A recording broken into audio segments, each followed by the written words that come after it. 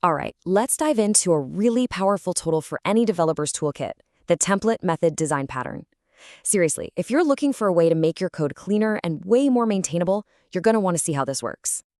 So let's kick things off with a problem that I'm pretty sure we've all been there. You're deep into a project and you realize you're writing almost the exact same logic over and over, just with these tiny little variations. It feels wrong, and you just know it's going to be a total headache to maintain down the road. Well, that exact pain point, this whole issue of code duplication, is precisely what the template method pattern was designed to solve. It's all about tackling that repetition head on. I mean, think about it. You've got a bunch of different classes that all follow the same basic recipe, the same sequence of steps. But for maybe one or two of those steps, each class needs to do its own special thing. That right there is the perfect setup for duplicated, messy, and hard-to-manage code. So, how do we fix this mess? This is where the solution comes in. The whole idea is to create a pattern that acts like an algorithm skeleton, a fixed structure that basically guides the entire process from start to finish. And here's the big idea in a nutshell. You define that skeleton, that core algorithm, in a parent class. This sets the overall structure in stone. But, and this is the clever part, you let the subclasses fill in the blanks. They can override specific steps without ever messing with that core structure. You really get the best of both worlds. Now, this pattern is what's known as a behavioral design pattern. That just means it's all about how different objects work together and communicate. At its heart, the template method uses inheritance to let you define a process just one time, while still leaving the door open for all sorts of variations down the line. Okay, so let's see what this blueprint actually looks like when you're coding. How does this structure play out in practice? Imagine a really simple three-step process. In that parent class, you define the whole flow.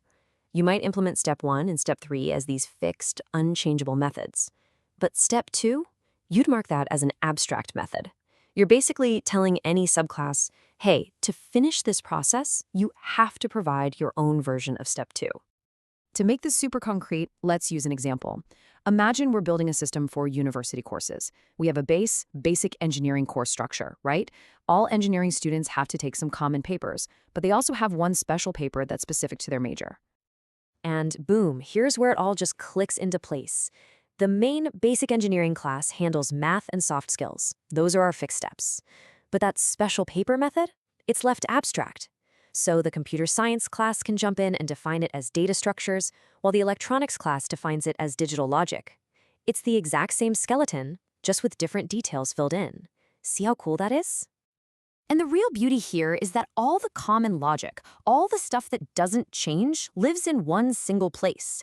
You're not copy-pasting the code from math and soft skills all over the place. That means you get more consistency, and your code becomes way, way easier to update.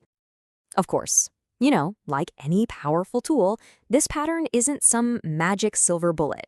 It has some incredible strengths, but you gotta be aware of some potential weaknesses too. So let's quickly weigh the trade-offs. On the one hand, you get amazing control and fantastic code reuse, but that control can also be a weakness. That sequence of steps is pretty rigid. And you have to be careful because if you end up creating dozens and dozens of subclasses, your logic can get scattered all over, and it becomes just as hard to maintain as the mess you were trying to fix in the first place. Okay, so we've seen the blueprint, we've walked through an example, and we've weighed the pros and cons. Let's wrap this up with one final thought for you to chew on. If there's one thing you take away from all this, it's this.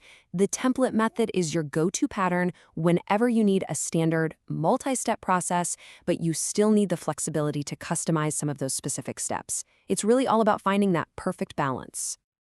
So as you go back to your own code, think about this question. Where do you have a fixed process that has variable parts? Where could a blueprint like this one help you build cleaner, more consistent, and much more maintainable code? It's a really powerful pattern to keep in your back pocket.